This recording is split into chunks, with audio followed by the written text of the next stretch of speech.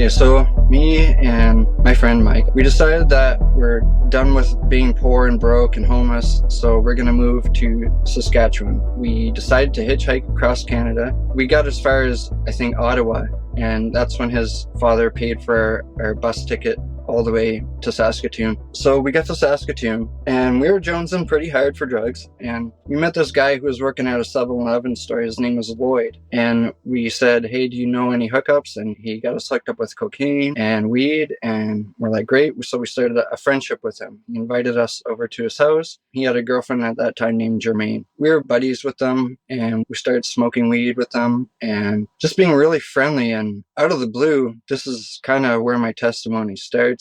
I was in my apartment with Mike, and there was another girl named Megan and another guy named Dell. He was sitting on the ground eating ice cream. Megan was eating her ice cream, and I was behind the door eating ice cream around the corner. And we hear this buzzer, and we weren't expecting anybody, so we're like, that's kind of strange. And I looked at Megan, and she's like, no, no, no, no. And I'm like, there's no way she knows who this is. Like, why is she telling me no? Maybe she's just high and paranoid or something. But I was like, whatever. I buzzed it. And they're like, hey, it's Lloyd and Jermaine. Can we come up for a couple smokes? And I'm like, sure. And buzz them in. She's like, no, no. And then she just gave up. And I'm like, what's the big deal? I'm like, it's just them. So went back to eating my ice cream on the ground. That's when I hear the door open. I see Jermaine. She's walking right down the hallway to Mike's bedroom. They've never been to our apartment, so it was really strange that she even knew where his bedroom was. Maybe she thought it was mine. And she had a crowbar in her hand, and I thought that was strange. So she starts walking really fast to Mike's room. So I put my ice cream down, I start standing up, and that's when Lloyd comes right in front of me, and he pulls out this monkey wrench. It was like the biggest wrench I've ever seen. And he just hauls off,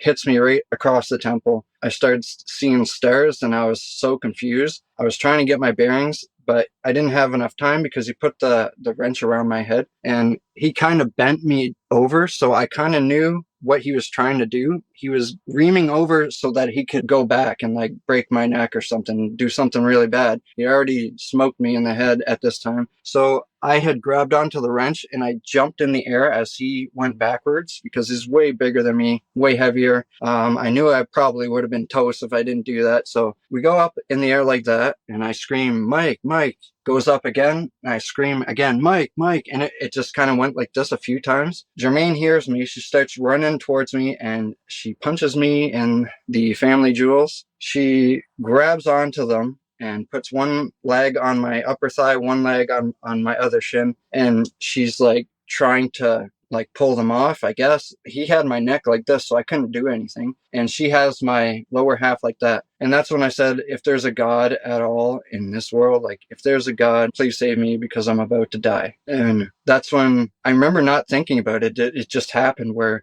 my hand flew forward, it hit Jermaine in the face, and her glasses flew off, so she can't really see that good with her glasses being off. And I knew that, so that's what kind of gave me a little bit of time, because when I hit her and she fell down and she's looking for her glasses, that's when Lloyd, he got mad because I just hit his girlfriend in the face. He lets go of my neck with the wrench, and he turns around to face me, and as he faced me, he did take a swing. I blocked it like that, and he hit me right there on the arm. And from there to my shoulder, it was all yellow and black and blue for the court report. They took pictures of it and showed it in court. But as soon as he did that, I came back and I just hit him up against the wall and just 1-2 it. And during the time I was a hockey player, I was also a boxer for 2 years. So I kind of knew how to defend myself. But at that time, I was still almost knocked out from the first time he hit me. Like I started seeing white dots, like, you're almost knocked out at that point. And during this whole time when I was punching him, everything was red. So I'm not sure what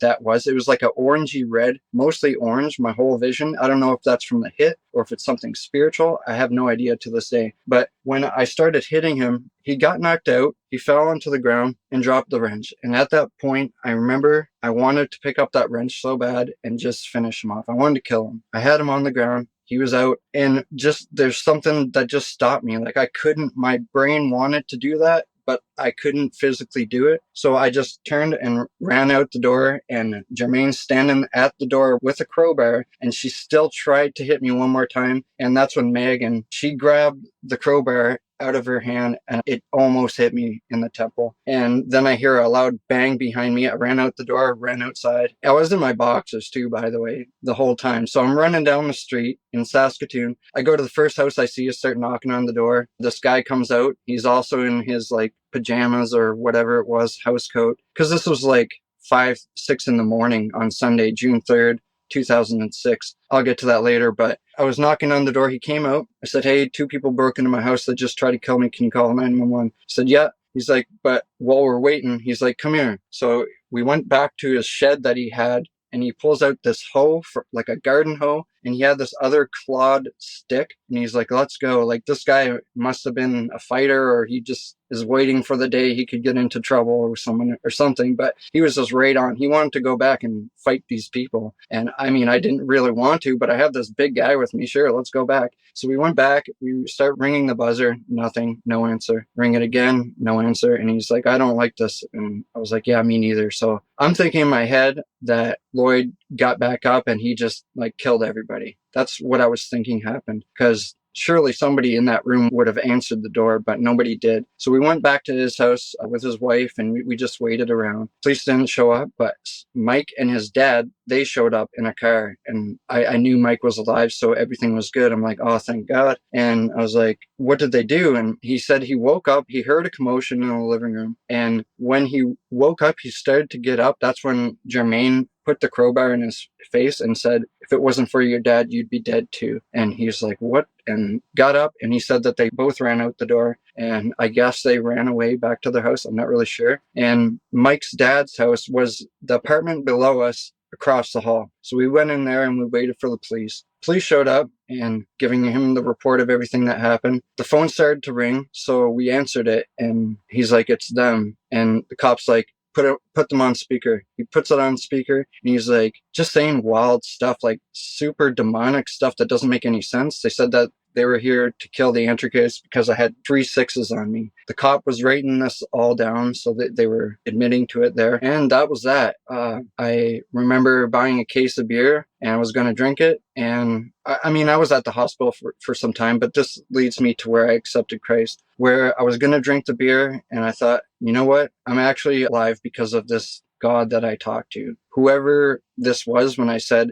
"If there's a God at all, please save me because I'm about to die," that's who intervened. Like, that's the person. And immediately, for some reason, I could have thought of any God. There was lots. I've learned about many gods, many deities, many beings, mythological gods that people worship. But I knew within my heart that it was Jesus Christ. Saw, the cross. I knew it was Jesus. And I just dropped to my knees and I just said, "Thank you, Lord, for saving me. I'm sorry for my sins." I just remember asking for forgiveness. And I'm like, "I really want to be a better person. I almost died there. Thank you for saving me. And I owe my life to you." And from that point on, I became a Christian. I went to church the very next week on Sunday, and a lot of things happened after that happened. But at that point in time, June the 3rd, 2006, I became a Christian. And the reason why they had come to try and kill me was because on June 6th would have been, June is the 6th month, the 6th day, 2006. So they thought if they killed the Antichrist before 666, that they would stop Armageddon or something, like just wild stuff. It was in the newspaper too, the Star Phoenix newspaper in Saskatoon. So I mean, people read this stuff,